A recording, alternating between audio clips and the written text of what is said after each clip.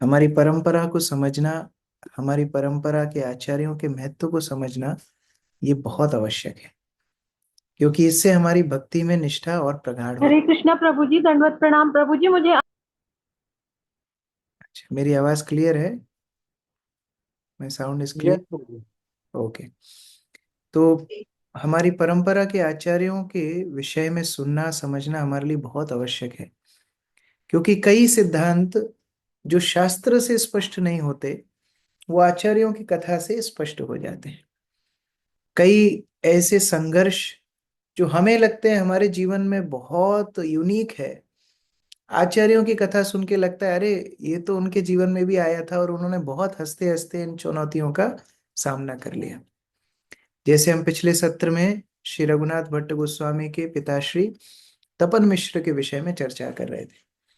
तपन मिश्र को श्री चैतन्य महाप्रभु मिले पूर्व बंगाल में, और वहां पर उनको हरिनाम प्रदान किया।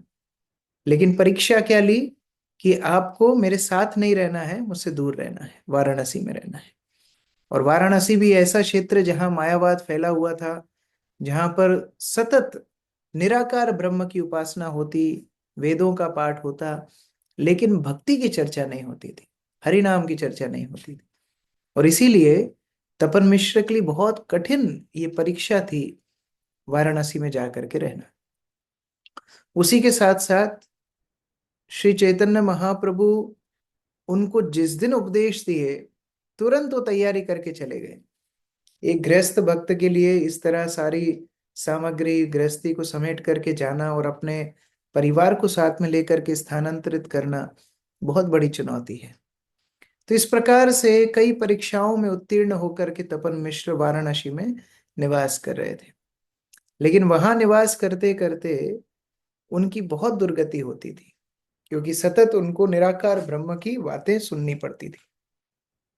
भगवान का रूप माया है, भगवान की लीलाएं माया है, भगवान की भक्त माया है, भगवान की सारी बातें माया है, ये सुनना पड़ता था, जबकि ये शास्त्र विरुद्ध है। भगवान से जुड़ी हर वस्तु चिन्मय है। भगवान जिस वस्तु को स्पर्श कर लेते हैं वो चिन्मय हो जाती है। तो भगवान कैसे भौतिक हो सकते हैं, भगवान का आकार कैसे भौतिक हो सकता है? तो ये सारी बातें उनको बड़ा दुख देती थी कि किस प्रकार मायावादियों के बीच में चैतन्य महाप्रभु ने मुझे भेजा है। और घर से बाहर निकलने में ही डरते थे, घर से बाहर जाने में डरते थे कि मायावाद के कानों में मायावाद का दर्शन सुनना पड़ेगा। जहाँ चैतन्य महाप्रभु की शिक्षाएं हैं, मायावाद भाष्य सुनीले होए सर्वनाश। तो जिस मायावाद का स्पर्श मात्र होने से भक्ति की हनन होती है, ऐसे मायावादियों के बीच में रहना बहुत बड़ी परीक्षा थी। और एक दिन तपन मिश्र देखते हैं कि गंगा के घाट पर हजारों लोग इकट्ठे हुए हैं और हरि बोल करके भगवान का नाम ले रहे हैं, क्योंकि उस स्थान पर साक्षात श्री चैतन्य महाप्रभु उपस्थित हुए थे। चैतन्य महाप्रभु के दर्शन मात्र से हजारों लाखों लोग प्रभावित हुए। और तपन मिश्र को बहुत आनंद भी हुआ, क्योंकि चैतन्य महाप्रभु ने जो वचन दिया था वो उन्होंने पूरा किया वाराणसी आकर के। और दूसरा दुख भी हुआ, क्योंकि महाप्रभु को उन्होंने पहले गृहस्थ आश्रम में देखा था और अब उन्होंने संन्यास आश्रम में देखा, जहां उनका सर मुंडा हुआ है, जहां उन्होंने भगवा वस्त्र पहन रखा है। तो तपन मिश्र को बड़ा दुख भी हुआ कि महाप्रभु ने कठिन आश्रम क्यों स्वीकार किया है।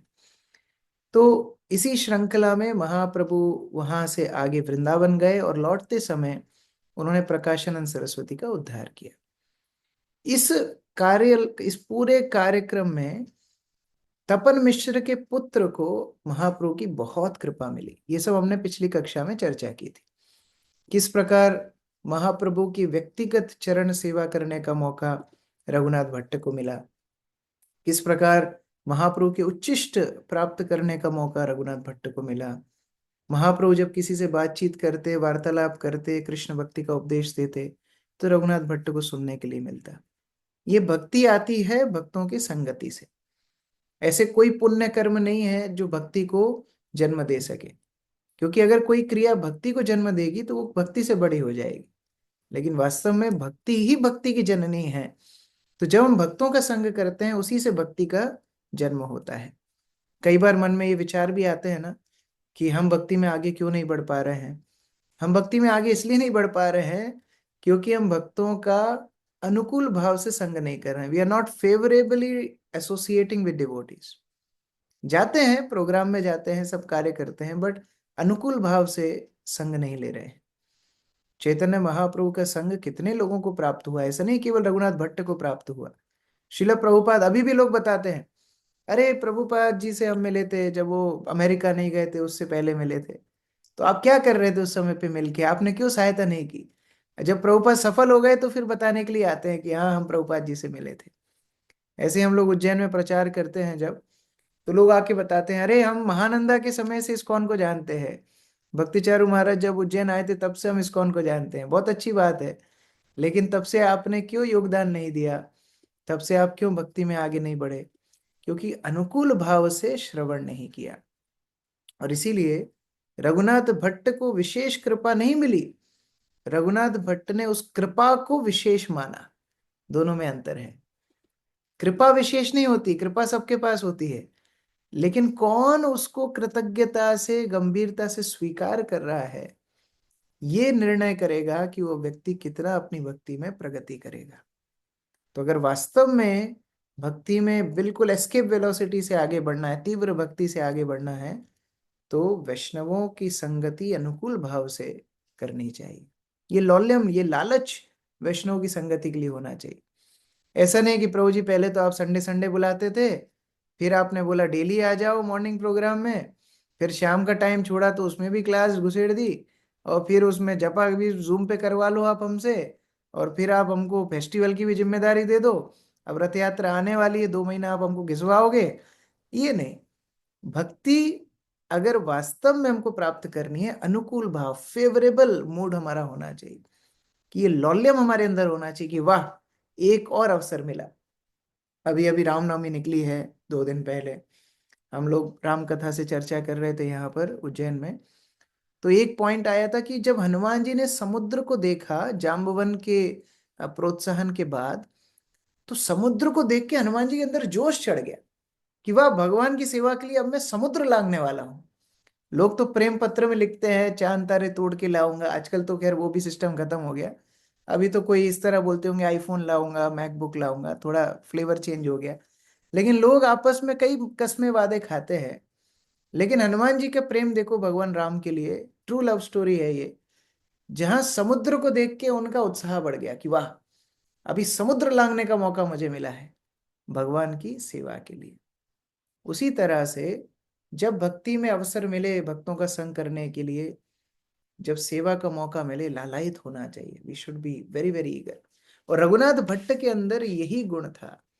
ये छोटा सा रघुनाथ, ये टीनेजर थे, अपनी वयस में ज्यादा वयोवृद्ध नहीं थे, लेकिन चैतन्य महाप्रभु की कृपा प्राप्त करने के लिए बहुत लालायित थे।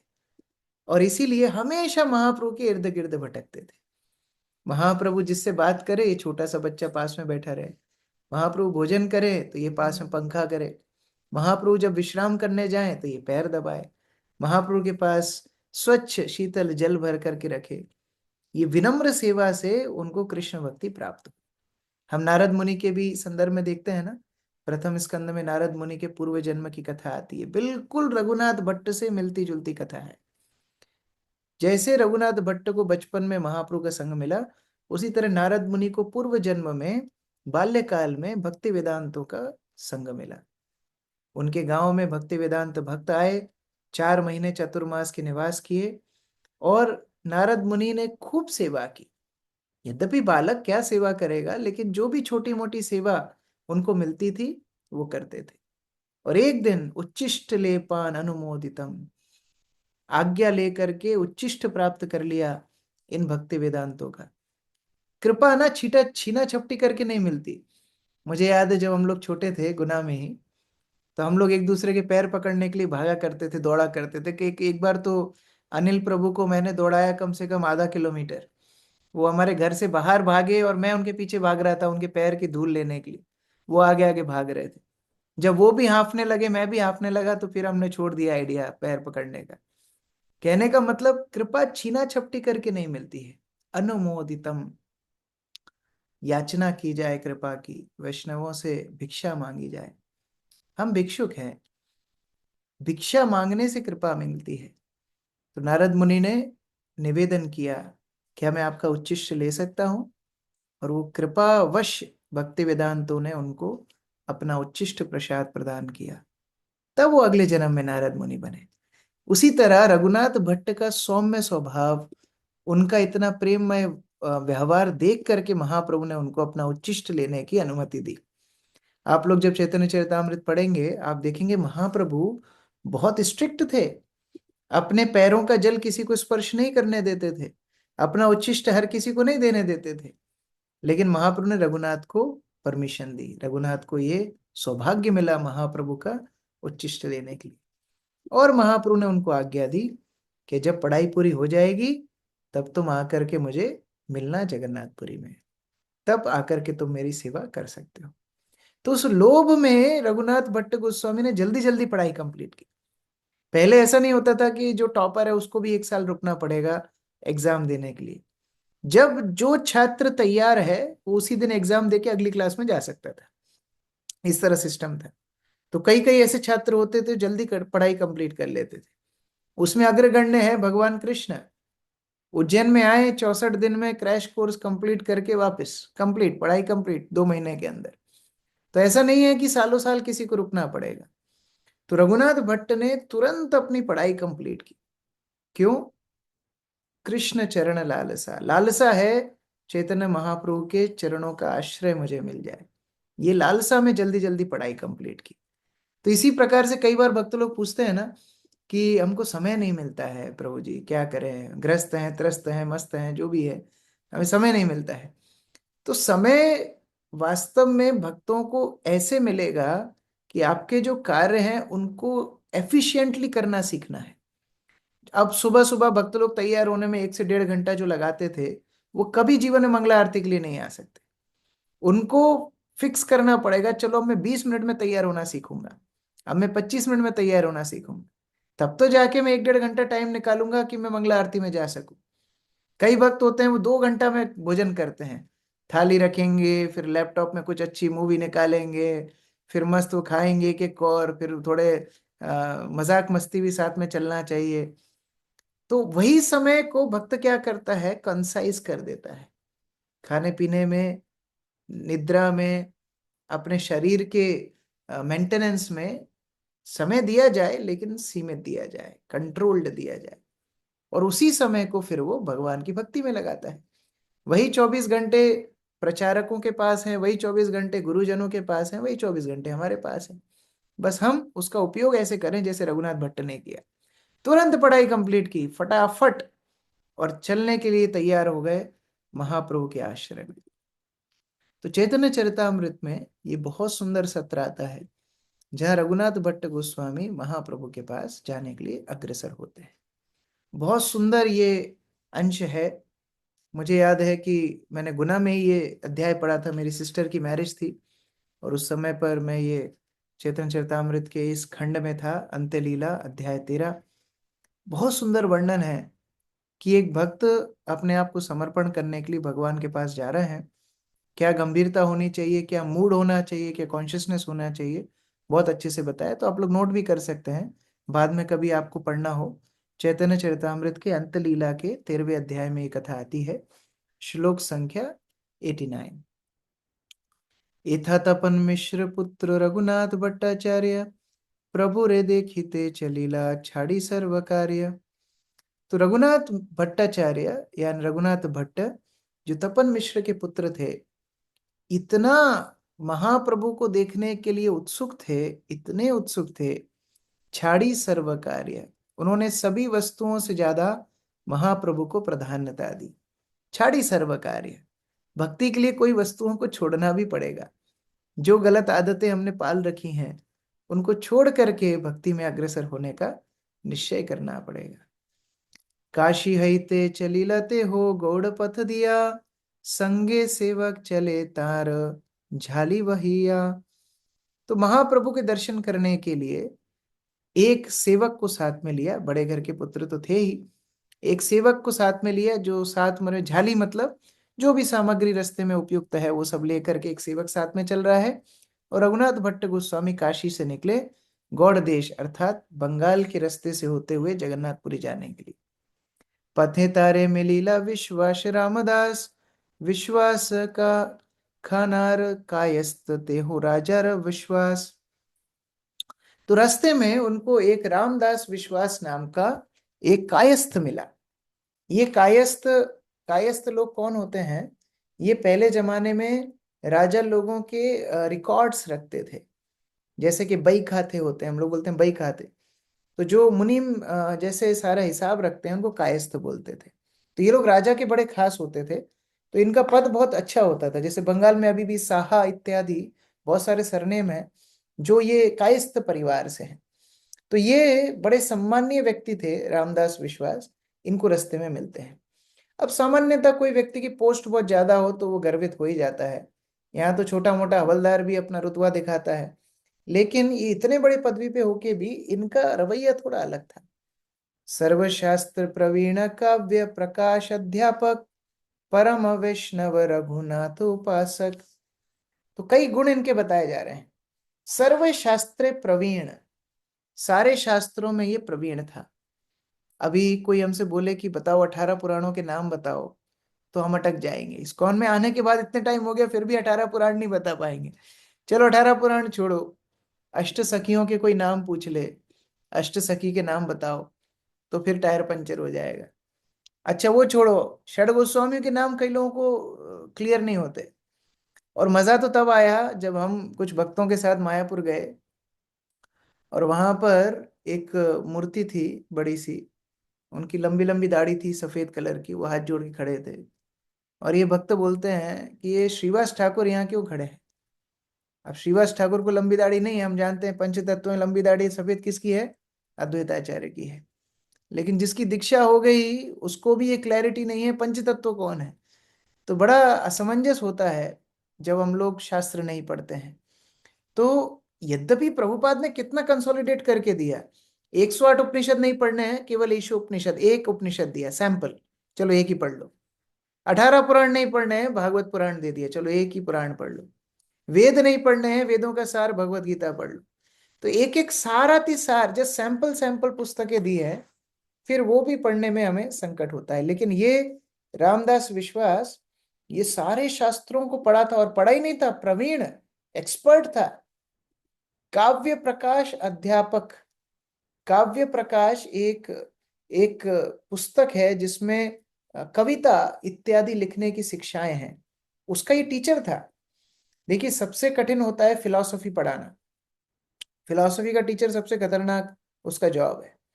और उस फिलॉसफी को कविता के रूप में पढ़ाना और कठिन है, क्योंकि एक तो जटिल सब्जेक्ट है। अब मैं मान लो प्रवचन दे रहा हूं और मैं प्रवचन को कविता में देने का प्रयास करूं तो मेरे पसीने छूट जाएंगे, क्योंकि वही वाक्यों को कविताबद्ध करना बहुत मुश्किल है। तो काव्य प्रकाश जैसे ग्रंथ को पढ़ाने वाला ये रामदास विश्वास था, और परम वैष्णव, वैष्णव जैसा दिखता था, और रघुनाथ उपासक, भगवान राम का बड़ा भक्त था। अष्ट प्रहर नाम राम नाम जपिन रात्रि दिने, सर्वत्यागी चलिलो जगन्नाथ दर्शने। अष्ट प्रहर, एक प्रहर में 3 घंटे होते हैं। अष्ट प्रहर मतलब 24 घंटे। 24 घंटे भगवान राम का नाम लेता रहता था, राम राम राम राम, हमेशा राम का नाम लेता रहता था। रात्रि दिने, दिन रात जप करता था। अब वो बात अलग है, हमारे इस्कॉन के भक्त भी दिन रात जप करते हैं, क्योंकि उनकी 16 माला ही कंप्लीट नहीं होती, दिन भर हाथ में बीट बैग लटका रहता है। वैसा रात्रि दिने नहीं, ये वास्तव में दिन रात भगवान राम का नाम लेता था। और सर्व त्याजी चलीला जगन्नाथ दर्शन है, इसने भी अपने जॉब में लीव एप्लीकेशन डाल के जगन्नाथ का दर्शन करने के लिए जा रहा था। रघुनाथ भट्टे रसने पथिते मिलिला, भट्टे रझाली माथे करी वहिया चलीला। अब ये जो रामदास विश्वास था जिसकी हम चर्चा इतनी देर से कर रहे थे, ये रघुनाथ भट्ट गोस्वामी को रास्ते में मिला।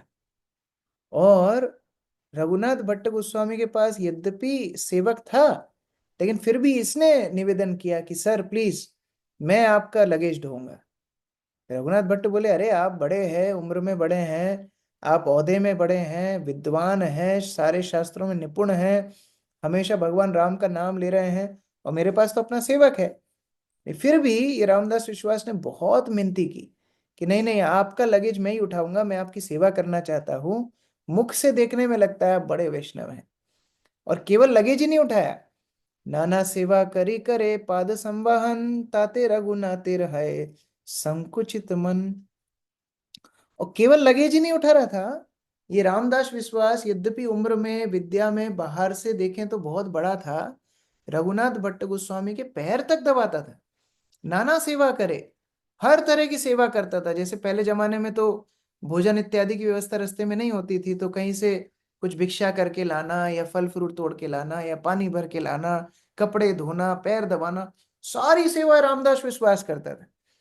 अब आप सुन के आपको लग रहा होगा कितना बड़ा महान भक्त है ये। तुम्ही बड़ो लोक पंडित महाभागवते, सेवा ना करी हो सुखे चलो मोरो साथे। तो रघुनाथ भट्ट गोस्वामी को थोड़ी हेजिटेशन हुई, उनको बड़ी अ, आतुरता हुई कि अरे आप जैसे बड़े व्यक्ति मेरी सेवा कर रहे हैं, ये तो उचित नहीं है। आप पंडित हैं, बहुत सम्मानित व्यक्ति हैं, इतने बड़े भक्त भी हैं, भगवान राम का नाम हमेशा लेते रहते हैं, तो आप मेरी सेवा मत कीजिए, आराम से अपन दोनों चलते हैं, बढ़िया साथ में यात्रा करेंगे जगन्नाथपुरी की, लेकिन आप सेवा मेरी मत कीजिए। तो रामदास बोलता है, रामदास कहे आमी क्षुद्र अधम, ब्राह्मणेर सेवाई मोर निज धर्म। बोलता है अरे नहीं नहीं, आप कैसी बात कर रहे हैं, मैं तो शूद्र हूँ। सैलरी लेके काम करने वाले को बोलते हैं शूद्र। अभी कुछ लोग हंस रहे हैं, सभी सैलरी लेते हैं क्योंकि, लेकिन सैलरी लेने वाले व्यक्ति को बोलते हैं शूद्र। ये ये शास्त्रीय निर्णय है। तो रामदास विश्वास बोलता है अरे मैं तो शूद्र हूँ क्योंकि मैं सैलरी लेके काम करता हूँ, और आप ब्राह्मण हैं। तपन मिश्र के बेटे थे रघुनाथ भट्टाचार्य। तो आप ब्राह्मण हैं, आपका कार्य दूसरों को शिक्षा देना है, तो मुझे आपकी सेवा करनी चाहिए, ये तो वैदिक संस्कृति है। संकोच न करो तुम्हें आमी तुम्हार दास, तुम्हार सेवा करीले है हृदय उल्लास। बोलते हैं आप 1% भी संकोच मत कीजिए, मैं ऐसा नहीं दबाव में आके आपकी सेवा नहीं कर रहा हूँ, मेरे को बहुत उल्लास हो रहा है, बहुत प्रसन्नता हो रही है आपकी सेवा करने में, तो मुझे आपकी सेवा करने दीजिए। ये तो बोली झाली बहन करे न सेवने, रघुनाथेर तारक मंत्र जपे न रात्रि दिने। तो इसी प्रकार से रघुनाथ भट्ट गोस्वामी का सामान उठाता था, हर तरह से सेवा करता था, और रामदास विश्वास हमेशा भगवान राम का नाम लेता रहता था। अब चलते चलते चलते, पहले जमाने में पैदल चलते थे, कई दिन लगते थे, तो कई दिनों की यात्रा कंप्लीट करके एई मते रघुनाथ अइला नीला चले, प्रभु र चरणे जाइया मिलिला कुतूहले। तो अब फाइनली जगन्नाथपुरी पहुंचे हैं, और जगन्नाथपुरी पहुंचने के बाद सर्वप्रथम चैतन्य महाप्रभु के दर्शन करने के लिए गए। देखिए महाप्रभु के भक्तों का इतनी आसक्ति थी महाप्रभु से, जगन्नाथ के दर्शन से भी पहले महाप्रभु के दर्शन करते थे। तो रघुनाथ भट्ट गोस्वामी सबसे पहले चैतन्य महाप्रभु से मिलने के लिए गए, और खूब आनंद है हृदय में, जो वस्तु के लिए, जो आश्रय के लिए प्रतीक्षा कर रहे थे इतने सालों साल से, वो आश्रय आज मिल गया। तो इसीलिए बहुत प्रसन्न है, बहुत प्रसन्न है। आए, दंड प्रणाम करी भट्ट पड़िल चरणे, प्रभु रघुनाथ जानी कइलो आलिंगने। रघुनाथ भट्ट गोस्वामी आए और दंडवत प्रणाम करके महाप्रभु के चरणों में गिर गए। महाप्रभु तो जानते थे बचपन से इस लड़के को, बड़ा प्रेम महाप्रभु ने इनको दिया ही था। महाप्रभु इनको उठाए और आलिंगन किए। ये आश्रय है। जीव का सारा परिश्रम खत्म हो जाता है जब वो भगवान के चरणों तक पहुंच जाता है। हमारे इस्कॉन में एक बहुत बड़े सन्यासी हैं, हिज होलीनेस इंद्रद्युम्न स्वामी महाराज। तो इंद्रद्युम्न स्वामी महाराज जब नए भक्त थे, तो शिल प्रभुपाद उनके मंदिर में आए। शिल प्रभुपाद जब उनके मंदिर में आए तो स्वाभाविक है, सभी भक्त लोग एयरपोर्ट पे रिसीव करने के लिए गए थे, तो ये भी गए थे। तो इनकी बड़ी आशा थी, पहली बार प्रभुपाद को मैं देखूंगा, प्रभुपाद को मैं दर्शन करूंगा, प्रभुपाद का मैं लेक्चर अटेंड करूंगा, प्रभुपाद कीर्तन करेंगे तो मैं डांस करूंगा, बहुत सारी अपेक्षाएं थी। और खूब अच्छे मन से ही एयरपोर्ट पे गए। तो मंदिर के जो अध्यक्ष थे, उन्होंने इनको बोला तुम्हारी सेवा है, प्रभुपाद का लगेज उठाना है तुमको। तो ये और खुश हो गए, अरे वाह लगेज उठाना है, ये तो बहुत बढ़िया बात है, तो प्रभुपाद के सानिध्य मिलेगा। बड़े खुश हो गए। अच्छे खासे बॉडी बिल्डर थे, आर्मी में थे पहले, इंद्रदुम्न महाराज लंबे चौड़े हैं, अभी भी आप लोगों ने फोटो देखा होगा। तो युवावस्था में तो और भी हट्टे कट्टे थे। तो इनको बोला आपको लगेज उठाना है, ठीक है। अब एयरपोर्ट में जैसे ही प्रभुपाद आए तो इतने सारे भक्त थे, प्रभुपाद को घेर लिए। और ये भी पास जाना चाहते, तो टेम्पल प्रेसिडेंट ने, अरे लगेज उठाओ, तुम्हारा तो काम लगेज उठाना है, तुम बेल्ट पे जाओ लगेज उठाने। तो ये भाग के बेल्ट पे गए लगेज उठाने। एयरपोर्ट में बेल्ट पे लगेज आता है। तो ये लगेज उठाने जैसे ही गए, लगेज आने में थोड़ा टाइम लग गया। लगेज लेके जैसे बाहर पहुंचे तब तक प्रभुपाद जा चुके थे एयरपोर्ट से मंदिर की तरफ। सारे भक्त भी चले गए गाड़ियों में बैठ बैठ के। तो इनको लगा अरे ठीक है, अब यहाँ तो मैं प्रभुपाद का दर्शन ठीक से नहीं कर पाया, तो मंदिर में जाके तो प्रभुपाद अराइवल एड्रेस देंगे। अब इतना सारा लगेज था, क्योंकि प्रभुपाद चलते थे कई आचार्यों की कमेंट्री के साथ, बुक्स के साथ, टाइपराइटर, ये वो बहुत सारा सामान प्रभुपाद का होता था। अब प्रभुपाद का सारा सामान एक गाड़ी में फिट नहीं हुआ, बहुत मुश्किल से ऐसे जैसे सामान को मंदिर तक पहुंचाए, लंबा टाइम लग गया। और जैसे ही मंदिर पहुंचे, मंदिर के द्वार से प्रवेश अंदर किए, तो मंदिर खाली था। क्यों? प्रभुपाद का अराइवल एड्रेस भी कंप्लीट हो गया, गुरु पूजा भी कंप्लीट हो गई, सब नाच गा के खा पी के सब भक्त अपने अपने रूम में। अब बेचारे क्या करें, बड़ा दुख हुआ, यहाँ भी प्रभुपाद का संग नहीं मिला। अपने मंदिर में प्रभुपाद आए लेकिन दर्शन नहीं मिला। अब सामान पहुंचाना है प्रभुपाद के रूम तक, तो सीढ़ियां थी, कोई भक्त आसपास में नहीं है। एक बार इस्कॉन में प्रसाद बट जाए, उसके बाद भक्तों को ढूंढना इंद्र चंद्र वरुण किसी की बस की नहीं है। एक बार प्रसाद बट गया मतलब गायब। कैसे गायब होते हैं पता भी नहीं पड़ता है। दरी फोल्ड करने के लिए कोई नहीं मिलता है। ये एक विशेष सिद्धि है इस्कॉन के भक्तों के अंदर। इसलिए इस्कॉन के प्रोग्राम में प्रसाद लास्ट में रखा जाता है, क्योंकि पता है बीच में या पहले प्रसाद रख दिया मतलब आधी जनता तो वैसे ही गायब हो जाएगी। अब सब गायब, प्रसाद तो हो गया सब खत्म। अब बेचारे एक एक सूटकेस को ऊपर लेकर के गए अकेले, और प्रभुपाद के कमरे में प्रवेश किए सामान लेकर के। पूरा शरीर पसीने से लथपथ है, पूरे हाफनी चल रही है, दुख भी है। और वहां शिला प्रभुपाद का आगमन होता है। प्रभुपाद इनको देखते हैं, ये हाफ रहे हैं, सांसें तेज चल रही हैं, पसीने में लथपथ हैं, दुखी भी हैं, और इतना लगेज अकेले उठा करके लेके आए हैं। प्रभुपाद अपना हाथ लेते हैं और कस के उनकी पीठ पे मारते हैं। महाराज बोलते हैं ये क्या हुआ, एक तो इतना सब करके आया, ऊपर से मेरे को पीठ में मारा। प्रभुपाद बोलते हैं कितना संघर्ष इस दुनिया में है ना, तुम्हें बहुत संघर्ष करना पड़ रहा है ना, लेकिन जब मैं तुम्हें भगवत धाम लेकर के जाऊंगा, उसके बाद कोई संघर्ष नहीं होगा। और ये बात महाराज के हृदय में छप गई। बहुत संघर्ष है इस भौतिक जन संसार में। सुबह उठना संघर्ष है, माला करना संघर्ष है, रिलेटिव्स को झेलना संघर्ष है, अपने आप को झेलना संघर्ष है।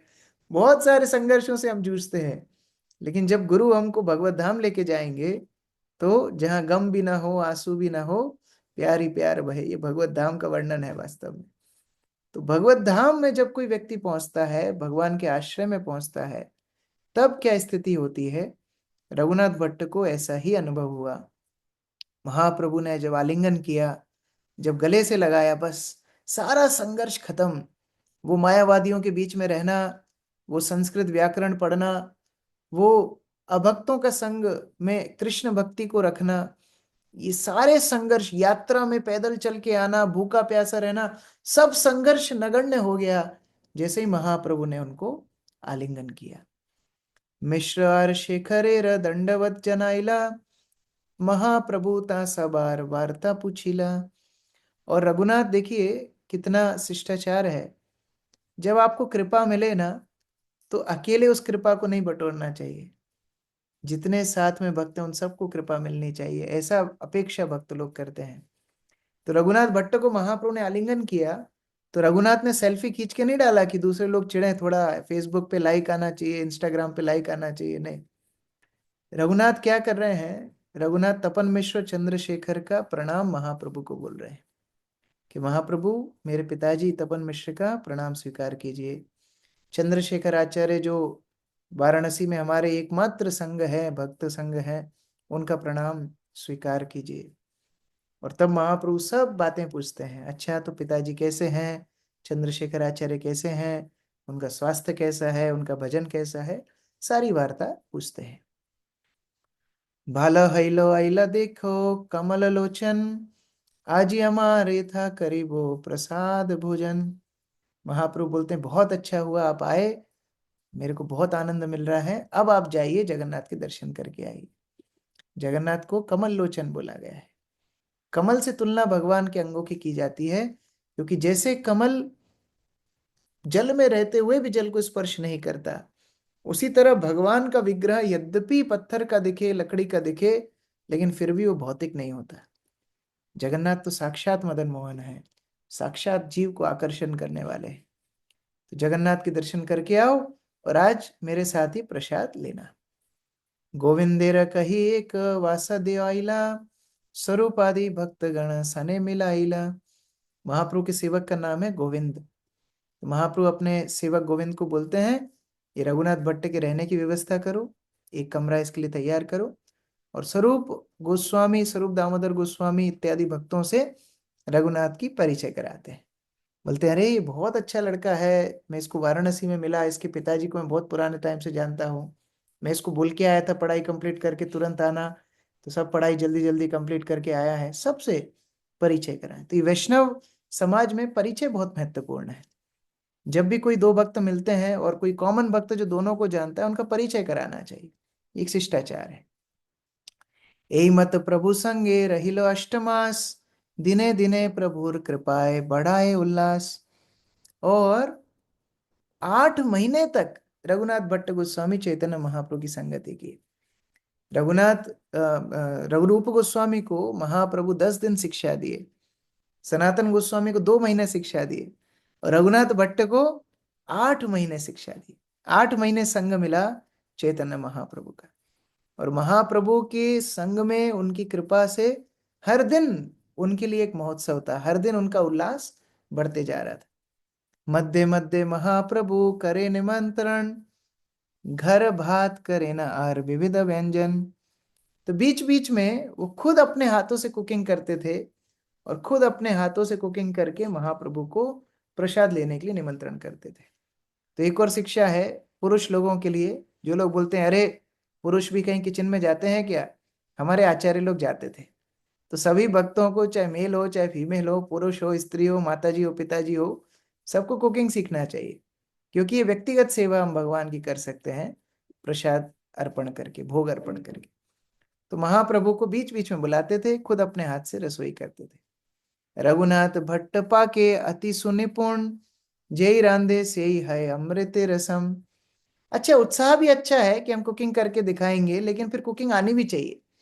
कई बार भक्तों का उत्साह बहुत होता है कि हम कुकिंग करके खिलाएंगे, फिर ऐसा प्रसाद खिलाते हैं कि प्रसाद से विश्वास ही उड़ जाता है। ऐसा नहीं होना चाहिए, निपुणता होनी चाहिए। कोई भी सेवा करें, we should do it first class. अगर आप किसी को प्रचार भी करने जा रहे हो, प्रिपरेशन करो। कीर्तन कर रहे हो तो ऐसा नहीं होना चाहिए हम माइक पे गा रहे हैं, दूसरे बेचारे भक्तों के कान में से खून निकल रहा है, ऐसा नहीं होना चाहिए। अच्छे से प्रैक्टिस करके जाइए, सीखिए। वाद्य यंत्र भी, कई बार हम देखते हैं संडे प्रोग्राम होता है, 10-20 करताल एक साथ बजती है, और हर व्यक्ति अपने हिसाब से ठोक रहा है। कोई 2 बजा रहा है, कोई 3 बजा रहा है, कोई 5 बजा रहा है, कोई 25 बजा रहा है। ऐसा नहीं होना चाहिए। हर सेवा में निपुणता हो, क्योंकि वो सेवा हम कृष्ण के चरणों में अर्पित कर रहे हैं। तो इसीलिए निपुणता भी आवश्यक है। कई बार हम लोग सुनते हैं अरे भगवान तो हमारे प्रयास देखते हैं। हाँ, प्रयास देखते हैं, लेकिन भक्त लोग प्रयास के साथ रिजल्ट भी देखते हैं। तो हमको केवल भगवान को प्रसन्न नहीं करना, भक्तों को भी प्रसन्न करना है। तो निपुणता भी होनी चाहिए। और इसका मतलब ये नहीं है कि हम हर सेवा को छोड़ देंगे, अरे प्रभु जी ये तो मुझे आता ही नहीं है, अरे मुझे कुकिंग भी नहीं आती प्रभु जी, प्रचार भी नहीं आता, मुझे कीर्तन भी नहीं आता, मुझे लेक्चर देना भी नहीं आता, मुझे कुछ नहीं आता, क्या आता है बस प्रसाद लेना आता है प्रभु जी, ये सेवा मैं कर लूंगा। बढ़िया, पहली पंक्ति में फर्स्ट में बैठ जाऊंगा, और आप जितना खिलाओगे उतना मैं खा लूंगा। ऐसा नहीं। निपुणता ना हो तो निपुण बनना चाहिए। कोई कोई सेवा ले करके उसको सीखना चाहिए गुरु की प्रसन्नता के लिए। तो चैतन्य महाप्रभु की प्रसन्नता के लिए रघुनाथ भट्ट गोस्वामी सुनिपुण, बहुत निपुण बन गए अपनी रसोई की कला में, और भगवान को रोज खिलाते। चैतन्य महाप्रभु बीच बीच में जब निमंत्रण करते, अपने हाथ से बना के खिलाते। परम संतोषे प्रभु करे न भोजन, प्रभु अवशिष्ट पात्र भट्टेर भक्षण। और देखिए भगवान को भी प्रसन्नता मिलती है जब कोई प्रेम से उनकी सेवा करता है। जैसे हम लोग बद्ध जीव हैं, और भगवान को संग करने का अधिकार हमारा हो सकता है नहीं। कई लोगों की अपेक्षा होगी कि हम वृंदावन जाएं और बांके बिहारी अपने ऑल्टर से कूद के हमारी गोदी में आ जाएं और हम उनको गले से लगा लें, और फिर हमारी भी रील लोग लोग अपने मोबाइल पे देखें। ऐसी अपेक्षा कई लोगों की होती है। लेकिन वास्तव में भगवान के निकट जाने का रास्ता है सेवा। सेवा ही भगवान के निकट जाने का रास्ता है। देखो, हम भगवान को आलिंगन नहीं कर सकते, लेकिन अगर हम प्रेम से अपने हाथों से पुष्प चुन के लेकर के आए, अपने हाथों से एक सुंदर माला बनाए, तो वो माला भगवान को आलिंगन कर सकती है। और वही भक्त की सफलता है कि हमारी सेवा से हम भगवान के निकट पहुंच जाएं। तो रघुनाथ भट्ट सेवा करना चाहते थे महाप्रभु की, और इस जिस भाव से महाप्रभु को निमंत्रण करके सेवा करते थे, महाप्रभु बड़े प्रसन्न होते। और महाप्रभु का जो उच्चिष्ट प्रसाद होता, वो रघुनाथ भट्ट आस्वादन करते थे। अब एक कैरेक्टर तो छूट ही गया। आने के बाद 8 महीने की कहानी बता दी, खाने पीने की भी बात हो गई, महाप्रभु की संतुष्टि की बात हो गई। वो दूसरा कैरेक्टर का क्या हुआ जो सामान ढोके लाया था, उसकी बात आगे बताई जा रही है। रामदास जदि प्रथम प्रभु रे मिलीला, महाप्रभुर अधिक तारे कृपा न करीला। जो चैतन्य महाप्रभु को हम बोलते हैं महावदन्य। हमें याद है जब हम नए नए सेंटर पे आते थे, तो राघव कृष्ण प्रभु भजन बहुत सुंदर गाते थे। श्री कृष्ण चैतन्य प्रभु दया करो मोरे, तुम बिना के दयालु जगत संसार। तो जो महाप्रभु सर्व दयालु हैं, सर्वश्रेष्ठ दयालु हैं, ऐसे महाप्रभु ने रामदास विश्वास को कृपा ही नहीं की। अब कौन सा गुण नहीं था रामदास विश्वास के अंदर? आप सोचिए जरा। सेवा करने का भाव था, अहंकार भी नहीं था, शास्त्र भी पढ़ता था, बराबर साधना कार्ड भरता होगा, बुक रीडिंग सब करता होगा। उसके बाद जब भी बिल्कुल दिन रात अष्ट प्रहर भगवान का नाम लेता था। क्या क्वालिफिकेशन नहीं थी? बाहर से अगर कोई निर्णय करे तो इसका तो फर्स्ट सेकंड थर्ड तीनों इनिशिएशन हो जाने चाहिए थे हमारे इस्कॉन के हिसाब से। तो सारी तो क्वालिफिकेशन थी, लेकिन फिर भी रामदास विश्वास के ऊपर महाप्रभु ने कृपा नहीं की। क्यों नहीं की? अंतरे मुमुक्षुते हो विद्या गर्भवान, सर्व चित्त ज्ञाता प्रभु सर्वज्ञ भगवान। महाप्रभु सर्वज्ञ हैं। सर्वज्ञ अर्थात सब कुछ जानते हैं। और सब कुछ जानने का मतलब केवल ये नहीं है कि उनको ये पता है लेटेस्ट सीरीज कौन सी लॉन्च हुई है ओटीटी प्लेटफॉर्म पे, ये भी सर्वज्ञ होता है। लेकिन सर्वज्ञ का मतलब है सर्वचित्त ज्ञाता। उनको किसके हृदय में क्या चल रहा है ये बात पता थी। देखिए, जैसे मान लीजिए आपका रविवार का कार्यक्रम होता है, और उस मॉर्निंग प्रोग्राम में कुछ भक्त आते हैं। मैं बीच बीच में फोटोज देखता हूँ, मुझे ऋषवानंद प्रो दिखाते हैं। तो अब बाह्य दृष्टि से कोई ये देखेगा कि यहाँ 5 भक्त आए हैं, कोई ये देखेगा यहाँ 10 भक्त आए हैं, कोई देखेगा 25 भक्त आए हैं, 30 भक्त आए हैं। लेकिन पता है भगवान क्या देखते हैं? भगवान देखते हैं कौन किस अवस्था में आया है। ये भक्त 12 बजे सोया था फिर भी उठ के आया है। ये भक्त का आज पैर बहुत दुख रहा है फिर भी आया है। ये भक्त की सास से झगड़ा हुई है फिर भी ये सुबह उठ करके आई है। हर चीज भगवान नोटिस करते हैं। सर्वचित्त ज्ञाता, सर्वज्ञ भगवान। हर किसी के चित्त की भावना एकमात्र भगवान समझ सकते हैं, कोई साधारण व्यक्ति समझ ही नहीं सकता। और हम लोग लेमेंट करते हैं, अरे नो बडी अंडरस्टैंड्स मी। कैसे समझेगा भैया? सर्वज्ञ केवल भगवान है और कोई नहीं है। तो आप समझाने का प्रयास भी करोगे तो नहीं समझ सकता है आदमी, क्योंकि केवल एकमात्र भगवान को टाइटल दिया है सर्वज्ञ। बाकी आदमी समझ ही नहीं सकता आपको। अभी मैं एक भक्त के साथ बैठा था, तो भक्त बता रहे थे, देखो प्रभु जी, संघर्ष कैसा होता है। चार्ज। बोले कि मेरी शादी को 26 साल हो गए। ऐसा एक भक्त मुझे अभी जस्ट क्लास के पहले मिल के आया, उनसे वो बता रहे थे। बोले मेरी शादी को 26 साल हो गए, और 1 महीने के अंदर मुझे समझ में आ गया था कि इनके साथ मेरा चलेगा नहीं, फिर भी 26 साल निकाल दिए। लेकिन मजे की बात ये नहीं है। मजे की बात यह है कि मुझे तो 1 महीने बाद समझ में आया, मेरी पत्नी को 1 हफ्ते बाद समझ में आ गया था कि मेरे साथ उनकी नहीं चलेगी, फिर भी उनने 26 साल निकाल ली। तो कोई के पास ये सक्षमता नहीं है कि हमारे हृदय को समझे। 24 घंटे साथ में रहने वाले पति पत्नी भी एक दूसरे को नहीं समझ पाते, क्योंकि ये गुण केवल और केवल भगवान के अंदर है। सर्वचित्ते ज्ञाता सर्वज्ञ भगवान। चैतन्य महाप्रभु चित्त में क्या चल रहा है वो जानते हैं। और इसलिए भक्तों के लिए चेतना को शुद्ध रखना बड़ा आवश्यक है। कितनी आप भक्ति कर रहे हो, कितने लोगों को आप ला रहे हो, कितना आप डोनेशन दे रहे हो, वो सब अच्छा है, लेकिन किस चेतना से कर रहे हो ये बहुत महत्वपूर्ण है। चेतना का बड़ा फर्क पड़ता है। अब इस रामदास विश्वास की समस्या क्या थी? अंतरे मुमुक्षु ते हूं विद्या गर्भवान। दो समस्या थी इसकी। एक, जितना पांडित्य था, जितने शास्त्रों में निपुण था, जितना बड़ा टीचर था काव्य प्रकाश का, उतना ही गर्भवान भी था, अहंकारी भी था। और दूसरा, अंदर ही अंदर ये निराकारवादी था। अंदर ही अंदर भगवान के साथ मिलकर के भगवान बनना चाहता था। ये दो अवगुण इस रामदास विश्वास के अंदर थे। रामदास कैला तबे नीलाचले वास, पट्टनाय पट्टनायक गोष्ठी के पढ़ाए काव्य प्रकाश। तो पट्टनायक परिवार है, गोपीनाथ पट्टनायक इत्यादि महाप्रभु के ही भक्त हैं। तो ये पट्टनायक परिवार को इसने कोचिंग देना शुरू किया। और क्या कोचिंग देता था? वही काव्य प्रकाश जो वहां सिखाता था, यहाँ सिखा रहा है। और जगन्नाथपुरी में 8 महीने रहकर भी महाप्रभु का संग नहीं लिया। देखो, ये हम सबके साथ होता है। हम सब यात्रा में जाते हैं, टिकट का पैसा भरते हैं, रिजर्वेशन कराते हैं, फिर कोई कोई भक्त पूरा फायदा लेते हैं भक्तों का संग करने के लिए। और दूसरे भक्त सोचते हैं आलू के पराठे कहाँ मिलेंगे, छोले कुलचे कहाँ मिलेंगे, पानी पूरी कहाँ की पी के आऊं। यही सब में उनका दिमाग लगता है। तो वो कोचिंग पढ़ाने में इंटरेस्टेड है।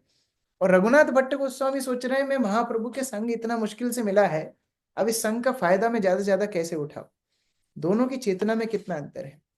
केवल और केवल महाप्रभु ने इसलिए रामदास विश्वास को कृपा नहीं की, ये कारण नहीं है कि वो केवल गर्ववान था। इस कैलकुलेशन से तो हम सभी कट हो जाएंगे कि कोई ना कोई अनर्थ तो हमारे अंदर है। किसी के अंदर काम प्रबल है, किसी के अंदर क्रोध प्रबल प्रबल है, किसी के अंदर ईर्ष्या प्रबल है, अलग अलग अनर्थ हो सकते हैं। तो महाप्रभु अगर इस कैलकुलेशन से रिजेक्ट करना शुरू करें एप्लीकेशन, तो सबकी एप्लीकेशन रिजेक्ट हो जाएगी। लेकिन रामदास विश्वास का तीसरा अवगुण था, वो महाप्रभु के संग के लिए लालायित ही नहीं था। भक्ति का एकमात्र मूल्य है लौल्यम, ग्रीड, लालच। भक्ति में बढ़ने के लिए लालच होना चाहिए, जो हम शुरुआत में भी चर्चा कर रहे थे प्रवचन के। जितना लौल्यम होगा उतना भक्ति का हम फायदा उठा पाएंगे। अनर्थ हमारी संकट नहीं है, अनर्थ हमारे ऑब्स्टेकल नहीं है। हमारा ऑब्स्टेकल हम खुद हैं। हम खुद ही भक्ति में आगे नहीं बढ़ना चाहते, तो कोई कैसे धक्का लगा के आगे बढ़ाएगा? हमें निश्चय करना पड़ेगा, अहम तरिष्यामि दुरंत पारम। मैं इस भव सागर को पार कर जाऊंगा भगवान मुकुंद का आश्रय लेकर के। ये संकल्प हम सबको करना होगा। तो रामदास विश्वास आया और कोचिंग पढ़ाने में बिजी हो गया। वैसे हम लोग भी कोचिंग पढ़ाते थे पढ़ाई कंप्लीट करने के बाद। वहां से हमको निकाला वैष्णवों ने कि छोड़ो अभी ये सब। तो ये कोचिंग पढ़ाने में बिजी हो गया।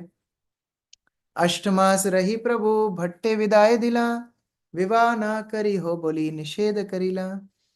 महाप्रभु ने रामदास विश्वास के ऊपर कृपा नहीं की, क्योंकि उसका देह अलग था, लेकिन रघुनाथ भट्ट के ऊपर खूब कृपा की। 8 मास खूब एसोसिएशन दिया, और उसके बाद निर्देश दिया, शादी मत करना। जा रहे हो अच्छी बात है, शादी के लफड़े में मत पड़ना, क्योंकि एक बार शादी करोगे तो तुम्हारा समय तुम्हारा नहीं रहेगा, फिर वो पत्नी का समय हो जाएगा। और उसके बाद भी 50 साल बाद भी बोलेगी आप तो मुझे समय देते ही नहीं हो। हमारे एक इस्कॉन के बहुत बड़े भक्त हैं आनंद वृंदावन प्रभु, बहुत अच्छा प्रवचन देते हैं। वो बता रहे हैं, बोले मेरी उम्र अभी अंतकाल के निकट है, फिर भी मेरी पत्नी मुझे यही बोलती है कि ये समय नहीं दिया मेरे को आपने आज तक, टाइम नहीं देते हो आप मुझे, अटेंशन नहीं देते हो। बोले अरे अब मरने का टाइम आ गया है, अभी छोड़, अभी भगवान को समय देने दे। तो हर व्यक्ति की यही समस्या है। महाप्रभु बोलते हैं समय चाहिए, एकाग्र निष्ठा चाहिए, शादी मत करना। विवाह ना करी हो बलि निषेध करीला, शादी मत करना। वृद्ध माता पिता रजाई करो सेवन, वैष्णव पास भागवत करो अध्ययन। दो निर्देश महाप्रभु ने उनको दिए। एक, आपके माता पिता बूढ़े हैं, आप जाइए उनकी सेवा कीजिए, क्योंकि दोनों भक्त हैं। तपन मिश्र भगवान के बहुत बड़े भक्त हैं। अभी आप पंढरपुर की कथा भी सुनते हैं, वहां जो पुंडलिक था वो अपने माता पिता की सेवा कर रहा था, पैर दबा रहा था। भगवान विट्ठल देव आते हैं और वो ईंट फेंक देता है कि इस पे खड़े हो जाओ, अभी माता पिता की सेवा कर रहा हूँ। तो ये जो पास टाइम है इसको माता पिता को बड़ा पसंद आता है, ये कोट करते हैं बराबर। अरे तुम इस्कॉन वाले ये कहानी नहीं सुनाते हो, माता पिता के विरुद्ध ले जाते हो भक्तों को, ब्रह्मचारी बना देते हो, भगत बना देते हो, दीक्षा दिला देते हो। अरे वो माता पिता भी तो शुद्ध भक्त थे। यहाँ तो माता पिता बोल रहे हैं दम मारो दम करो, लेकिन हरे कृष्ण हरे राम मत करो। तो ये माता पिता भी तो हिरण्यकशिपु की लाइन में है। तो वो भी देखना चाहिए कि माता पिता कितने अनुकूल हैं भक्ति के लिए। तो महाप्रभु ने तपन मिश्र की सेवा करने के लिए बोला, उनकी माता की सेवा करने के लिए बोला, क्योंकि परम वैष्णव थे। और दूसरा निर्देश दिया, वैष्णव पास भागवत करो अध्ययन। भक्ति में जिसको प्रगाढ़ होना है उसको वैष्णवों की संगति में भागवत अध्ययन का अभ्यास होना चाहिए। ये भागवत हमारे वैष्णव परंपरा के प्राण है, हमारी भक्ति के प्राण है भागवत। तो जो भक्त भक्ति में स्थिर होना चाहते हैं उनको भागवत अध्ययन बहुत गंभीरता से करना चाहिए। महाप्रभु प्रद्युम्न मिश्र को भी, स्वरूप दामोदर प्रद्युम्न मिश्र को भी उपदेश देते हैं, जाओ भागवत पढ़ो गया भागवत स्थाने। भागवत पढ़ना है, शुद्ध भक्तों के सानिध्य में भागवत पढ़ो, कथा में नहीं। 7 दिन कथा चल रही है, बैठे खूब आंसू बहाए और बाहर निकल के फिर बीड़ी फूक रहे हैं, वो कथा नहीं। भागवत पढ़नी है, वैष्णवों की संगति में भागवत पढ़ें। और प्रभुपाद अपने तात्पर्य में लिखते हैं, अगर कोई गंभीरता से भागवत का अध्ययन करेगा, भागवत के पन्नों में कृष्ण का दर्शन करेगा। तो कृष्ण इज नॉट फार। ऐसा नहीं अरे वो कहाँ भगवान मिलेंगे, किसको मालूम, किसने देखा।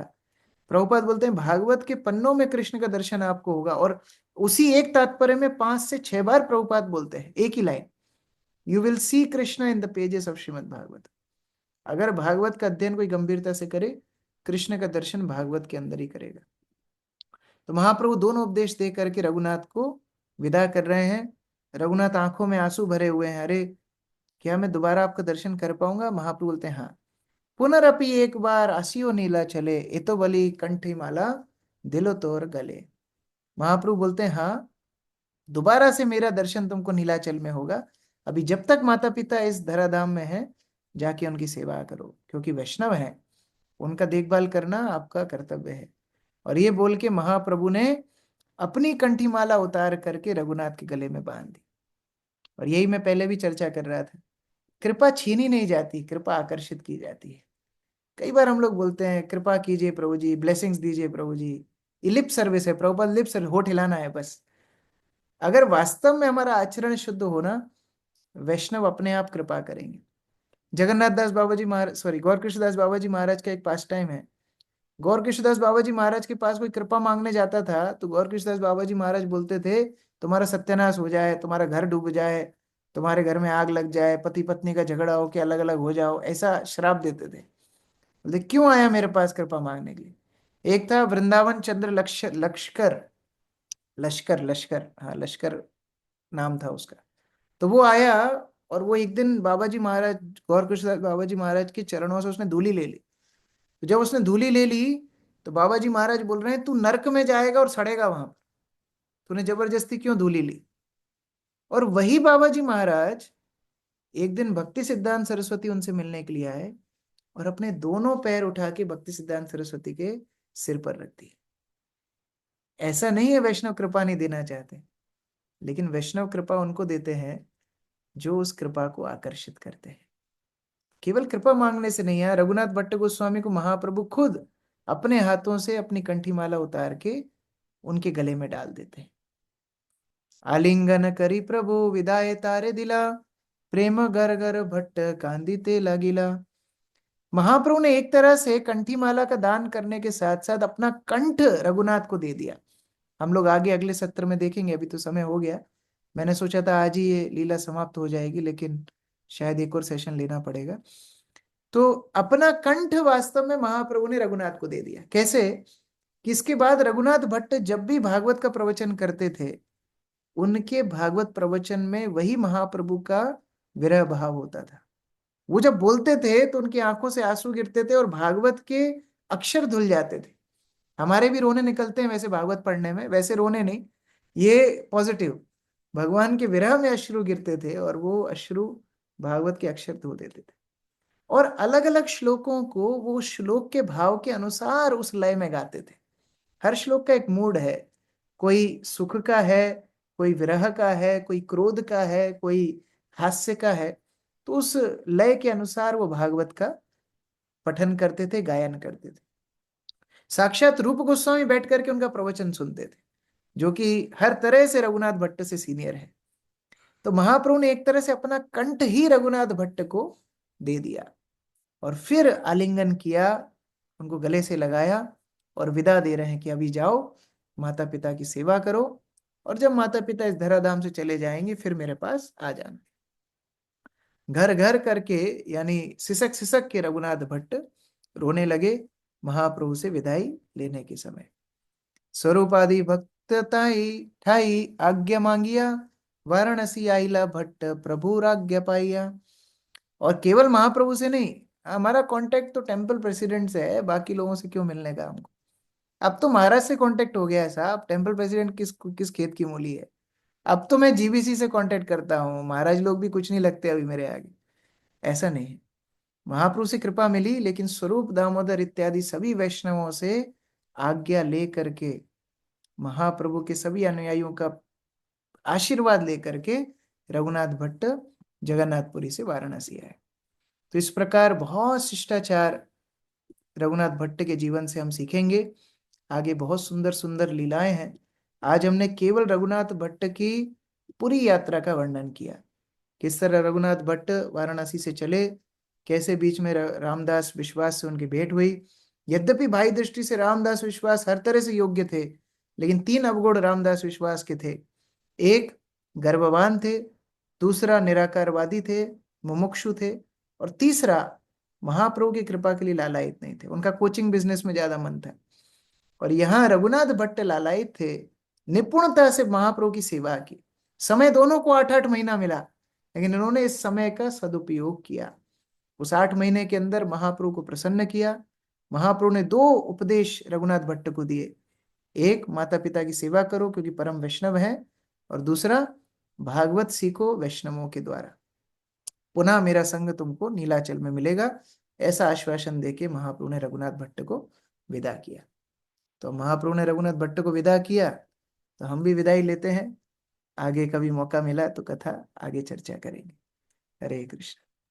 जगत गुरु श्रील प्रभुपाद की जय, रघुनाथ भट्ट गोस्वामी की जय, श्री चैतन्य महाप्रभु की जय, गुना भक्त वृंद की जय।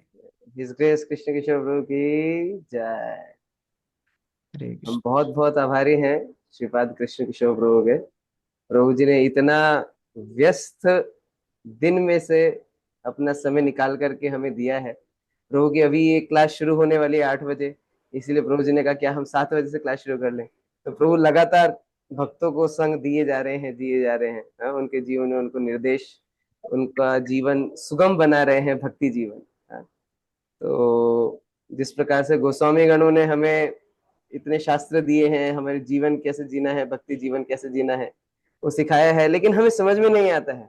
इसीलिए ये कुछ ट्रांसपेरेंट वाया मीडियम्स हमारे पास हैं, गुरु महाराज बताते थे। हाँ, तो ये हमारे जो गुरु हैं, शिक्षा गुरु, दीक्षा गुरु, उसी प्रकार से हमारे शिक्षा गुरु कृष्ण किशोर प्रभु हम सभी के साथ में हैं। हाँ, हमें इतनी सुंदर कथाओं के माध्यम से, इतनी सरलता से, इतने कठिन कठिन टॉपिक्स समझा रहे हैं। तो हम आशा करते हैं प्रभु से हम दोबारा सुनेंगे 2 दिन बाद। प्रभु से टाइम लेकर के हम फिर से पूछेंगे। ट्यूसडे एंड थर्सडे क्लासेस प्रभु जी की हमने रिक्वेस्ट करी है गुना भक्तों के लिए, तो प्रभु जी के टाइम के अनुसार हम उसको एडजस्ट कर रहे हैं। लेट अस सी। तो किसी भक्त का कोई प्रश्न है तो लिख करके रख सकते हैं। प्रभु समय है आपके पास? अभी तो 1 मिनट में दूसरी क्लास है, तो ठीक है, वो लिख के रख क्वेश्चन सकते लिख के रख सकते हैं। हैं। नेक्स्ट टाइम 15 मिनट पहले क्लास खत्म करके क्वेश्चन आंसर ले सकते हैं। ओके। हरे कृष्ण। की जय, भक्त